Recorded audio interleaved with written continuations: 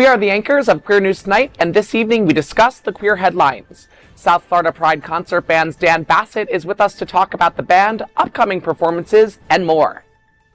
LGBTQ festivals like Homobloc are redefining queer nightlife with inclusive, vibrant spaces, music, performance, and community. It is the time of celebration of the University of Kentucky with Trans Week of Awareness from November 13th to 20th.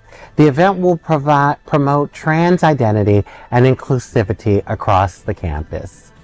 The 2025 Sydney Mardi Gras from February 14th to March 2nd is set to celebrate LGBTQ pride with over 80 events, iconic performances, and new experiences for all. Massachusetts Congressman Seth Moulton defends his comments on transgender athletes while criticizing the Democratic Party's cancel culture. He urges open debate for unity. Good evening. Welcome to Queer News Tonight. This is the world's first and only LGBTQ daily evening television news, broadcasting live and available on demand on your favorite streaming channels. We are proud to announce that YouTube has recognized Queer News Tonight, certified by analytics company vidIQ, that we now have more than 10 million views on the only daily live queer news show in the world.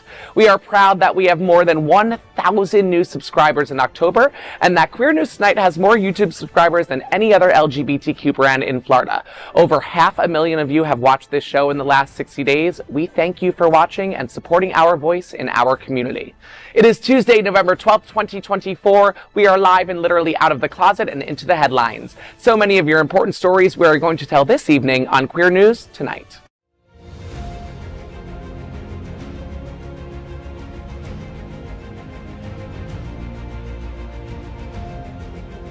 This is the world's first live daily LGBTQ evening news show, literally out of the closet and into the headlines on Queer News Tonight.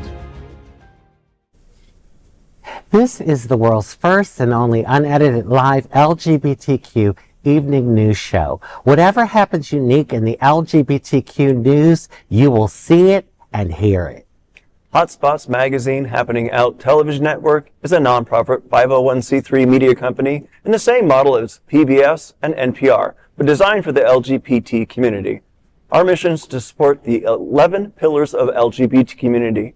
We want to inform and educate the key issues of lesbian, trans, Latino, Black, healthcare, seniors, students, faith, social justice, business, and queer culture. Help us support our community. We are part of one of the largest LGBTQ nonprofit media companies in America, Hotspots Magazine and Happening Out Television Network. In 2025, our magazine celebrates 40 years of the LGBTQ experience, and our television news, talk, and entertainment shows support our mission to educate the LGBTQ and broader community. Let's meet tonight's anchors at Queer News Tonight. Let's welcome back my auntie, Rajee Narinesingh, a famous transgender activist, actress, author, mystic, and reality television personality, and all-around amazing person. She is of multiracial descent and has appeared on more than 35 television shows across the globe. She's an activist for Trans Social. Welcome back, Rajee. How you doing, auntie? Oh my God, after that introduction, I'm doing wonderful, honey. That was an introduction. And can you tell I like it gaudy? Sparkles. It's great to be here. You know, my head's still spinning from last week. That's all I'm going to say from the election. But I am here and I am ready. Happy to have you back. Thank you. Let's welcome Dan Bassett. Dan has been the artistic director of the South Florida Pride concert band for over 18 years, during which time the band has doubled in size. Kudos. He lives in Poinsettia Heights with his husband Francis, whom he has been with for 26 years. Wow, that's incredible. Oh. Welcome, Dan. How are you feeling today? Fantastic. Good. We're so happy to have you here. Let's welcome Corey Billions. Corey is a proud LGBTQ plus community member from West Palm Beach. He has served as a pharmacy technician for 10 years. Welcome, Corey. Hello, hello. Yesterday was my birthday. So Happy birthday! Yeah. Scorpio season is among us, so enjoy. If you have a Scorpio friend, go give him a hug or a kiss or a $20 bill. Definitely 20. Anyway, let's welcome Gregg Shapiro, an inductee into the Chicago LGBTQ Hall of Fame. Gregg is the author of 2 short story collections and 7 books of poetry. He is the real deal. He's an entertainment journalist whose celebrity interviews and reviews run in a variety of print and online publications, and we are blessed to have him here every time at this roundtable. Welcome back, Gregg. Oh, shucks, thanks. And let's welcome tonight's lead anchor, the one, the only, Eric Restivo. Eric is well known for DJing at some of the largest clubs in West Hollywood and has had residencies in LA, P-Town, NYC, and now Moulton Manors. Hey there, Eric, how are you doing? I'm doing great. It's My great to be here. It's great to be here. We are the reporters for Queer News Tonight, and this evening we begin with the queer headlines. The LGBTQ community in South Florida and across America is diverse. Our community across the world is vast, and here are the bullet points of the Queer News for Tuesday, November 12th, 2024. First, this evening, let's queer up South Florida and Florida. Dan Bassett is with us to talk about South Florida Pride Concert Band and much more. Today, we are thrilled to have Dan Bassett from the South Florida Pride Concert Band with us at the table. Dan's here to share all the details about the band's exciting holiday performances, including a special concert coming up on December 20th at Mickle Park, hosted by the City of Moulton Manor's Leisure Services Department. Plus, he'll tell us about the annual Youth Pride Concert set for early 2025. You heard it here first. Dan, thank you so much for joining us. Let's start by talking about what we can look forward to this holiday season with the South Florida Pride Concert Band. We're very busy this holiday season, but today we're going to talk a little bit about the December 20th concert at Mickle Park. It's at 7:30. It's a free concert. We've been doing this. Free. Yeah, we've been doing this for 4 or 5 years. Unfortunately, we're rained out last year, so we're excited to be back.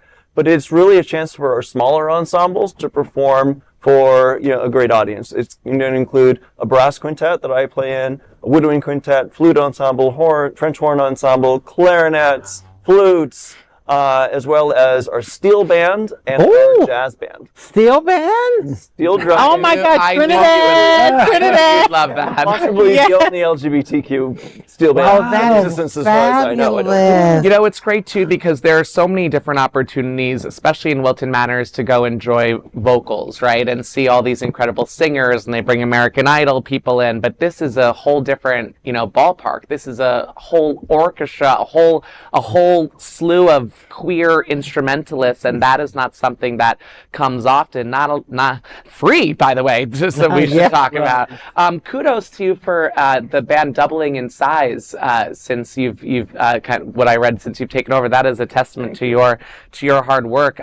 Can we get a little bit of an insight on the youth concert in 2025 slated? Absolutely. Okay. So that's coming up end of February 23rd, and our youth band brings usually between 60 and 80 high school students from the Tri-County area. And they get together and we practice for 4 weeks, and then we put on a concert at the Broward Center. Actually, we're moving to Parker this year, so we're going to be even bigger. Yes, we give away usually $10,000 to $15,000 scholarships. We're upping it to $1,500 this year. We're also we'll be in our 3rd year of our solo competition, which is part of the program. And that is funded by Floaterama, and it's a $7,500 scholarship for the winner of the solo competition. That's amazing. So over the last 14 years, we've given over $200,000. Wow. Something That we're is really, incredible. really proud of. Oh and it's my really important God. to our That's organization. incredible. Well, I was at the concert Saturday night. It was my first time hearing the Pride Band. It was amazing. And Was of it? course, Leah Delaria, your special guest. I mean, she's delightful and she's so talented. And so it was really cool to see that combination of these musicians performing with Leah. It was great. It was a lot of fun. She was really terrific to work with, super nice and very appreciative. And she was surprised at how big we were. She thought maybe 10 or 15 musicians. We had close to 100. Oh my really yeah. incredible. The sound was amazing, yeah. What time is the concert on December 20th? At December Mickle Park? 20th at Mickle Park will be at 7:30. 7:30. I don't think I read that, so I wanted to make sure everyone knew. And where can they find more information on everything? The Wilton Manors website on that, but for us, prideconcertband.org, they can find out all the upcoming events through our holiday season and beyond. Okay, incredible. Next, let's queer up gay culture. Music festivals like Homobloc bring LGBTQ empowerment. LGBTQ music festivals like Manchester's Homobloc are growing rapidly, redefining queer nightlife from underground nightclubs to vast, vibrant spaces.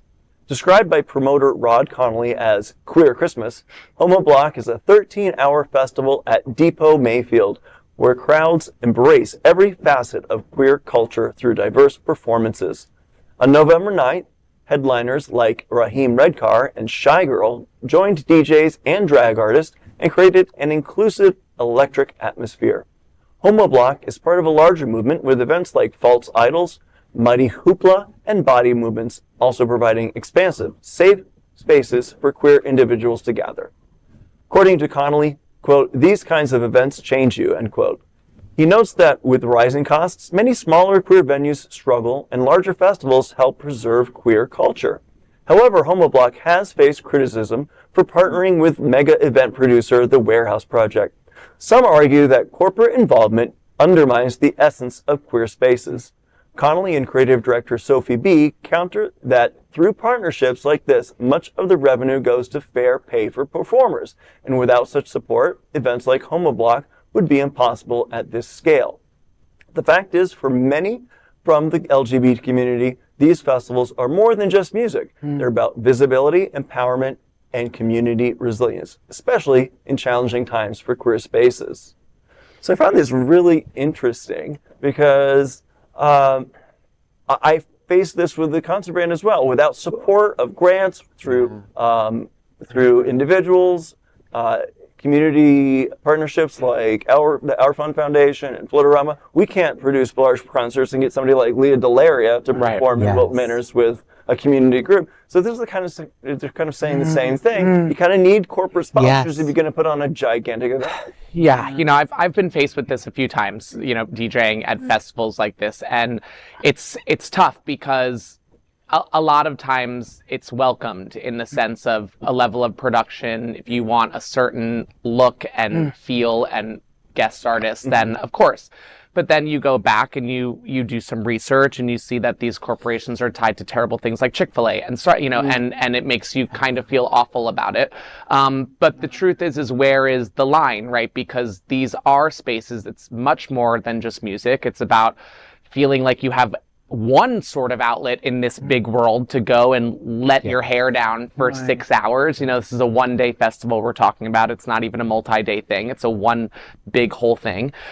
So it's tough because we have to find the balance between who we want to work with, whose money we want, but then later on the back burner, is it going to be like, are they coming back for us because they helped us? And where is the fair trade? Is there a fair trade? Will they hold it against us later on? It's tough. It's murky water. It is. But, this is a time we really need this sort of thing. Sure. And I know it's like a catch-22 because, there's people that feel like, oh, you're taking this money from a corporation and they're doing this and that and the other.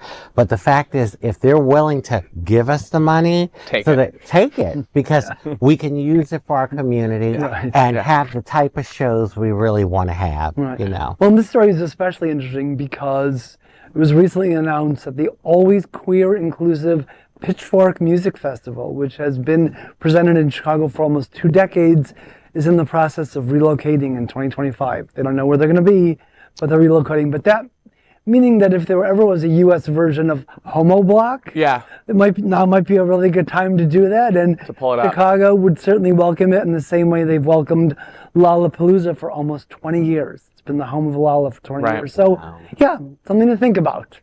Yeah. You heard it here first. Next, let's queer up trans rights. The University of Kentucky celebrates Trans Awareness Week. The University of Kentucky's Office of LGBTQ Resources will celebrate Trans Week of Awareness from November 13th through November 20th, offering events that highlight the experiences of transgender individuals and foster support across campus. This week-long initiative aims to build understanding around transgender issues and celebrate trans identity within the university community. Glenn Means, the director of the office, emphasized the week's importance, saying, quote, honoring Trans Week of Awareness is essential to our commitment to fostering an inclusive campus community, end quote. Highlighted events include Transgender POC People of Color panel on November 13th, Trans Pride tabling on November 14th, Trans Pride crafts and buttons on November 15th, and a name change informational session on November 18th. Cryptic Pride Party on November 19th and Trans Day of Remembrance on November 20th. These activities balance education and celebration, empowering students to engage deeply with trans issues. The Office of LGBTQ Resources offer year-round support, providing a space where students can feel safe, valued, and connected to the community. For further information, you can visit studentsuccess.uky.edu. Wow.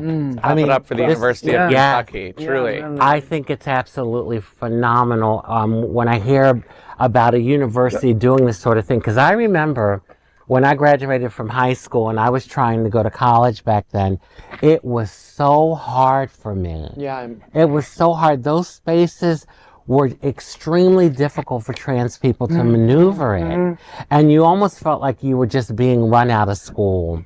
They made it, it's hard enough for anyone to be determined and focused to go and get a degree, but it's even way harder when you go and you're dealing with all the flack from the student body and even teachers that were prejudiced or biased.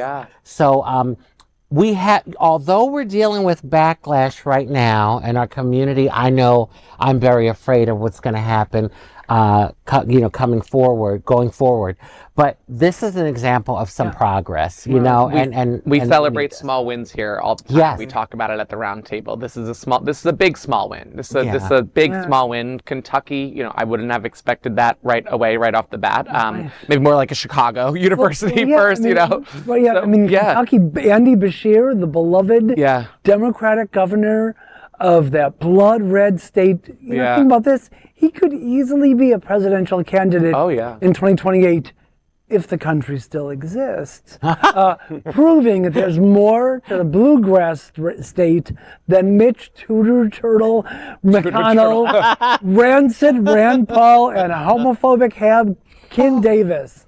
So keep going, Kentucky. I just love too that it's a whole week. It's every day is a different activity. I thought the name change informational session was extremely heartwarming.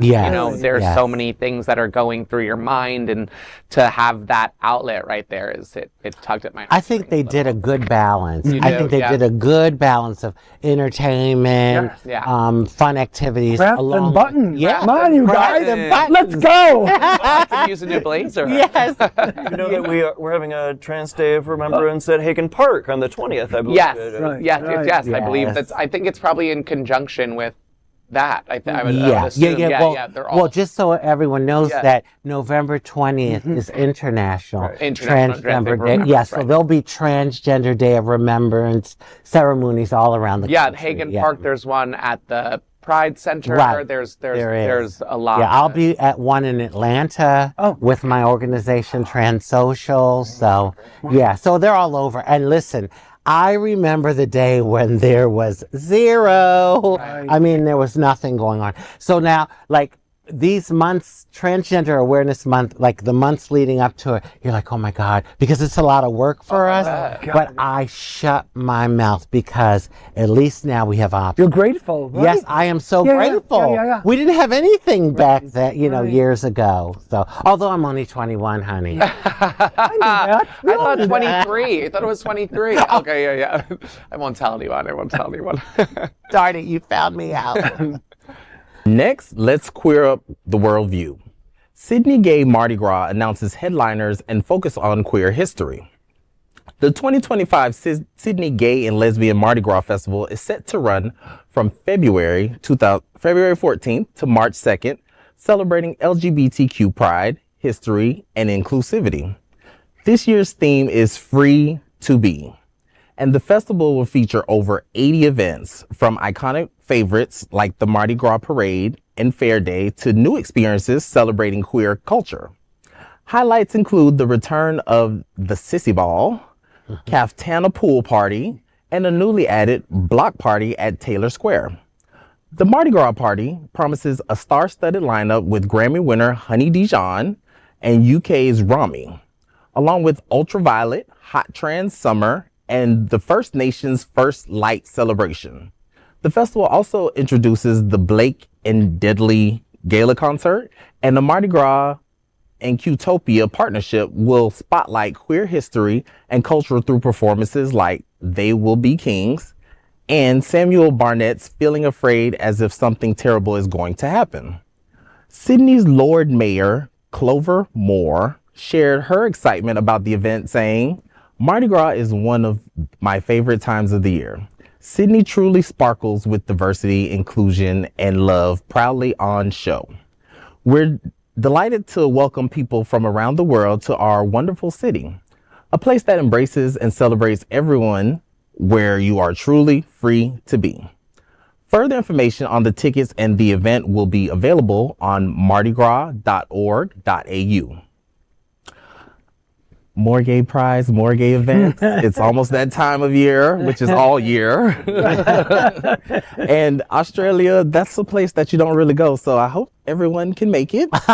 And I will be renewing my passport. What are you buying us tickets? I was going to say, you're buying the tickets for everyone, right? I was thinking I need to get in somebody's suitcase, but they'll need a trunk for me. Okay, 'cause I love how long the celebration is, too, from February 14th through March 2nd. It's like they're giving you ample time to really get there. They're like, no, honey, you're not going to miss this. There's plenty of time for it. We'll be jet lagged. We'll be jet lagged for 3 days, right? 80 different events. You can't it miss would out be on much. interesting to talk to the LGBTQ people from there and like hear how the climate is for them, you know? It was interesting for me too, because my eyes went right to the sponsors on the bottom of the image of it, because we're talking later in the show about money from corporations for festivals, and right there in that bottom left corner was the big old American Express logo. You know, but it's not always about just that main logo. It's like the family tree, right? So it's like American Express, then what's underneath them, and then what's underneath them, and then there's a Chick-fil-A, and then there's a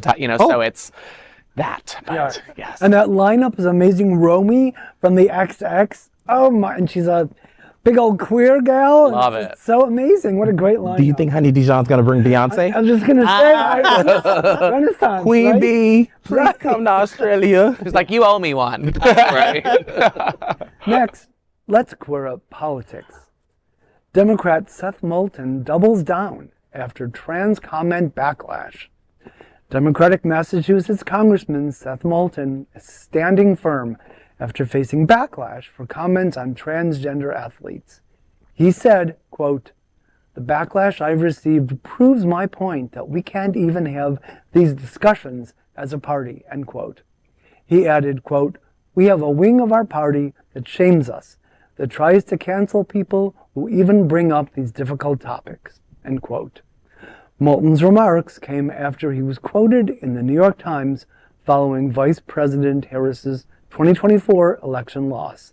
He pointed to identity politics as a reason for the Democrats' defeat, saying, quote, "I have 2 little girls. I don't want them getting run over on a playing field by a male or formerly male athlete. But as a Democrat, I'm supposed to be afraid to say that," end quote.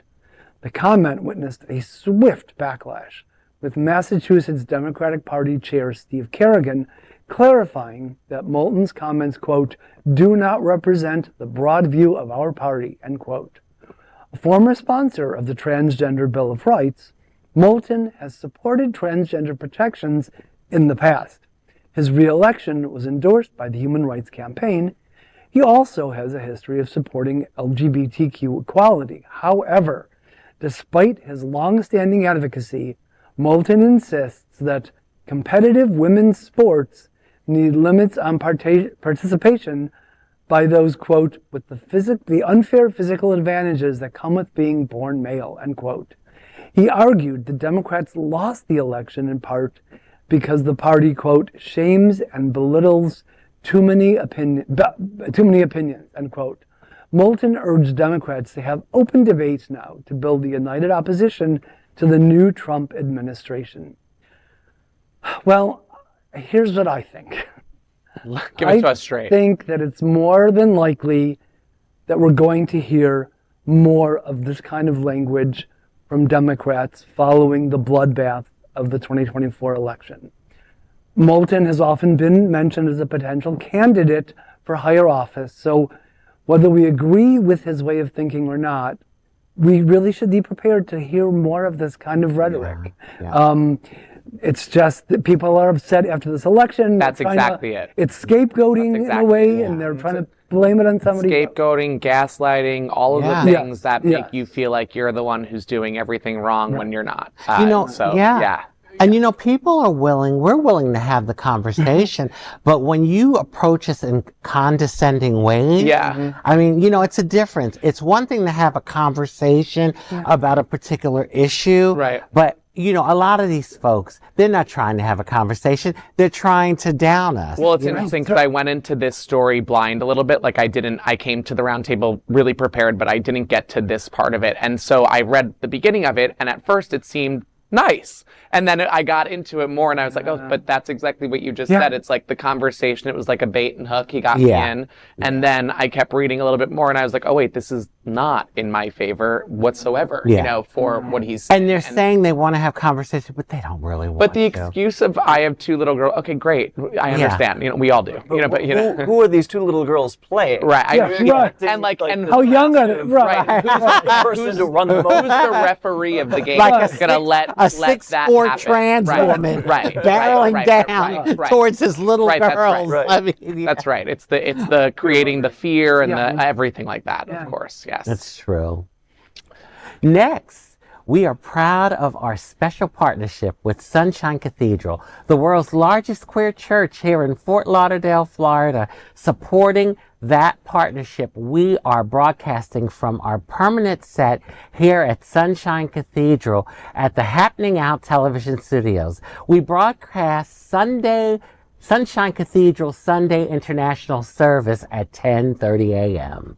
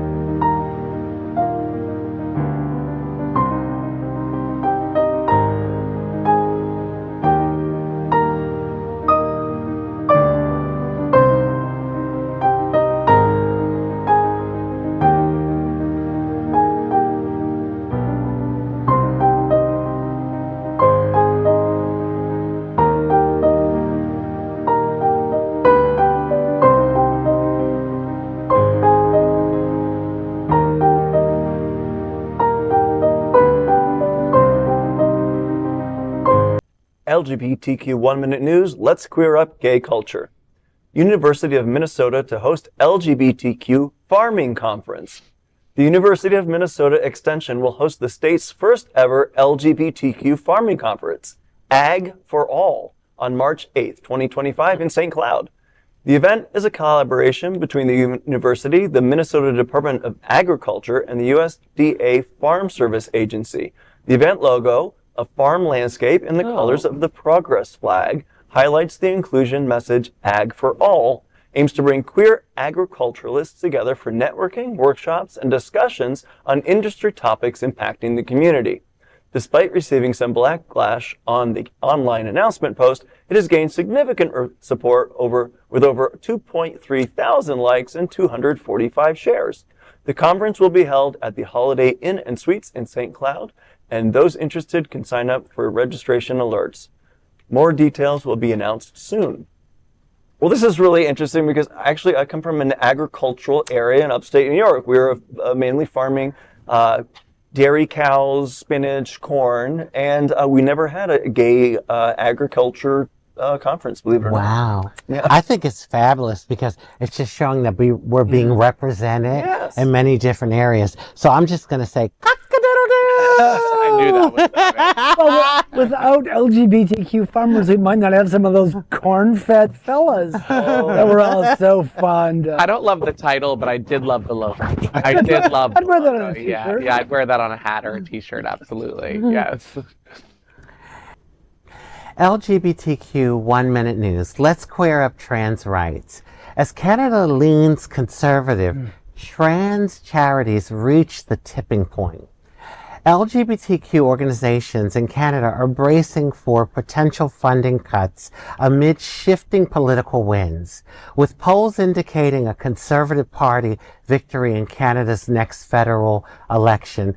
Groups like the AIDS Committee of Toronto and the community-based research Sentry fear reduction to federal funding. Conservative leaders pardon my French, Poilievre has pledged to eliminate wasteful spending, quote, wasteful spending.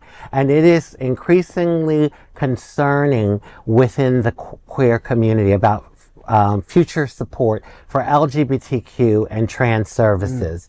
Some charities like the LGBT Youth Line are already seeing diminished support, with individual donations halving from 2022 to 2023. So it's been a reduction in donations. Meanwhile, the Canadian Centre for Gender and Sexual Diversity was recently shut down due to financial constraints. Oh my God. Well, first of all, oh, wait a minute. I have to fix my mic. That BS. I'm fixing my mic. Anyway, I just have to say that I thought Canada could have been a place that I could run to. Yeah, I really did. Yes, after I have my Never know passport. nowadays. Well, And- my husband is still a Canadian citizen, kind of holding on to see what was going to happen. We always joke about moving to Canada, but not now. And you know, I don't know what it is. It's like this conservative, well, I do know what it is. It's backlash. And I think like a lot of the conservative far right people are scared. You know, they're scared. They're like, oh, we got to rein these people in. They're getting too many rights. But I think But they shouldn't be scared to do decent human work. Hello? And donate and think about someone other than yourself. Exactly. Paying forward. Like, Exactly. we all need help someday. Yeah, I always say, like, what are you choosing? Are you choosing hatefulness or humanity? Right. Yeah. But it's sad to think that Canada may no longer be the safe haven it has been for so long. Yes. I have That's family in Canada, and they're so, from what I hear, they tell me it's so open and it's a lot more better for trans people. But I don't know with this new government coming in, what the heck's going to That's happen? crazy. All I know is that there was a song in Avenue Q about a crazy ex-girlfriend who lived in Canada. It was a great song, and now I hate it. That's all I know. No, I'm joking. But I've been seeing a lot of memes this week about California wanting to join Canada. Did you guys see that? They put they show the map and they show the line. And now I just ask you all from California to rethink rethink your memes, honey. LGBTQ 1 Minute News. Let's queer up social justice. Popular gay hairstylist and DJ from Washington, D.C. killed in robbery. Or is it a hate crime? A beloved member of Washington, D.C.'s LGBTQ+ community, a DJ and hairstylist, Brian the Barber Smith, has tragically passed away after suffering severe injuries in a robbery. Smith was found injured near the gay bar Uproar after performing at an event called Hellbent. He was rushed to the hospital with a serious head injury and placed in a coma before passing away on Thursday, November 7th. The local queer community and Smith's friends have rallied around his family. They have also created a GoFundMe page raising over $56,500 to help cover expenses. While Smith's family and friends grieve, Washington, D.C. police are investigating the incident as a robbery and not as an anti-LGBTQ hate crime. However, many in the community are on edge as the city, though generally safe, has seen previous violent incidents against LGBTQ+ individuals. In 2021, a trans woman was brutally assaulted at a laundromat in Kingman Park, with her attacker shouting anti-LGBTQ slurs during the assault. For now, the city waits for answers as the investigation continues. This story is getting me a little choked up. I'm trying not to cry right now. It's just been an emotional 24 hours for me. To see another DJ going through what is obviously a hate crime. This is a cover-up, this robbery stint, this blanket statement of a robbery that you're putting over it. I have a feeling that if this was some straight white cis man who was just walking out of some corporate event at a certain time, he probably wouldn't have been robbed. It's disheartening, and it comes after a slew of attacks of other trans women before this, and Brian was not a transhuman, and there's just more room for more people to be attacked. We'll start in our trans community, we'll move to our gay LGBT community, and then we'll just move to whoever the bullies can bully on. That's what it sounds like. Well, it happened outside of a gay bar too. That does, I mean, a robbery is one thing, it can happen anywhere, but the fact that there was an attack, it was violent, and it was in the proximity of a gay bar, that does and the name of the event was called Hellbent, so I'm sure there's some overly, and I'm wearing a cross right now, honey, and I understand how extreme people wearing these crosses can be, so I am sure that the word Hellbent could have been a trigger to someone who was just angry, but it's I don't know why the police always hesitate to, label something a hate crime when they know it is. Well, they don't want to deal with what comes with labeling. They don't want to show that side. It's like that side of the Proud Boys. It's also that side of like having to admit to maybe watching something like a hate crime go under their belt, or they weren't good enough to catch it, or it's about them. It's not about us. That's true. It really That's is. what's gross. You're right. It's about You're them. right. Oh my God. LGBTQ 1 minute news. Let's queer up gay culture. AIDS health icon Cornelius Barker dies after over 40 years of activism. Thank you, Antonio. Antonio Cornelius Baker, a renowned LGBTQ civil rights and advocate and HIV/AIDS leader, passed away on November 10th. Baker, originally from Syracuse, New York, was a well-respected figure in the fight for health equity and queer rights. A graduate of Eisenhower College at Rochester Institute of Technology, Baker's legacy includes decades of work within the U.S. Department of Health and Human Services and leadership roles at the National Association of People with AIDS, NAPWA, and the Whitman Walker Clinic in Washington, D.C. Baker also served as a chief policy advisor in the Office of the Global AIDS Coordinator at the State Department, and as a special advisor at the NIH. He received numerous accolades, including the Diego Lopez Award for the National Lesbian and Gay Health Association. Cornelius was celebrated as a 2007 Rainbow History Project community pioneer. He has left behind a profound legacy of compassion and relentless advocacy. Heart for him and anyone in the community doing the work. It's not easy. It's a thankless job at times. It is a lot of no's, a lot of closed doors, a lot of red tape. So thank you to him, to his family, to people like him, and even people in our community now in Moulton and Fort Lauderdale, Miami. They do the job. They do the work. Work well done. I mean, he can certainly rest in peace.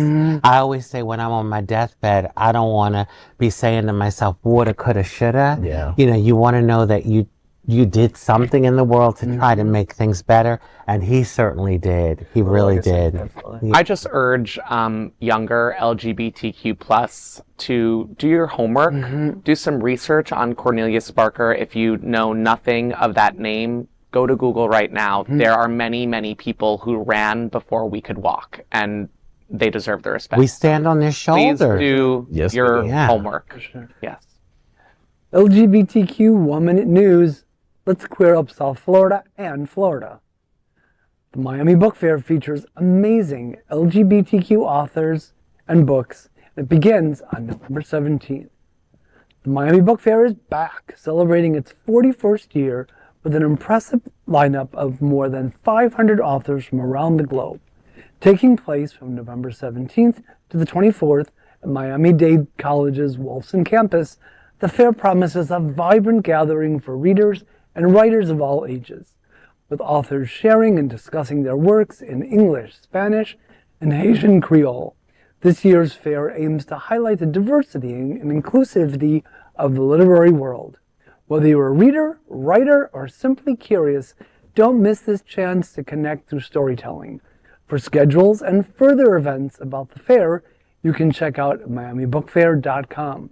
Moreover, on the occasion of this important fair, Queer News Tonight will soon welcome queer authors Caridad Moro-Grunlier and Isabel Camille on the show. Stay tuned. Well, I'm a writer. Yes. So I kind of love the Miami Book Fair. And in addition to Caridad Moro-Grunlier and Isabel Camille, many other queer writers will be in attendance. I recently interviewed 2 other Miami Book Fair authors, Juby Areola Headley, who lives here in South Florida, and Jeffrey Mack. Those interviews will be in South Florida. And Miami Book Fair is also presenting LGBTQ writers Simon Doonan, Savetta Morgan, and Gregg Shapiro. Not this year. Get on there. Unfortunately, not this year. That's by choice. And Louis Bayard, among others. You must go. Yes. Worth it. It's been a pretty heavy day of stories. So the Miami Book Fair is a welcomed final plea here at the table. But to me, what sticks out the most is the inclusivity. 3 different languages being offered for the books. That's something that I've never heard of before. So I think that's quite incredible for our community. And our stories are powerful. Yes. Our stories mean something. And even though there's people in the world that are trying to erase us or eradicate us, we have to continue to tell our stories. And that's why LGBTQ authors are so very important. Oh, yeah. Very important.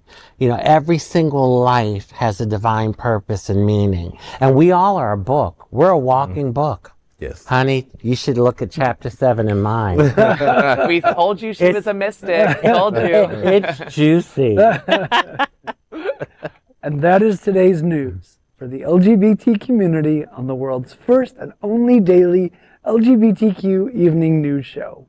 If our community is important to you, share this news with your friends and family. Join the conversation on your favorite streaming platform.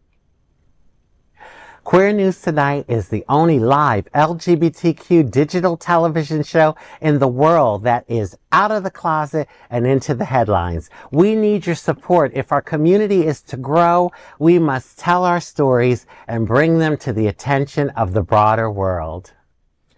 This is the only place in the world that tells these type of LGBTQ stories in motion and sound. That is the passion of Hotspots Magazine, Happening Out Television Network, and Queer News Tonight.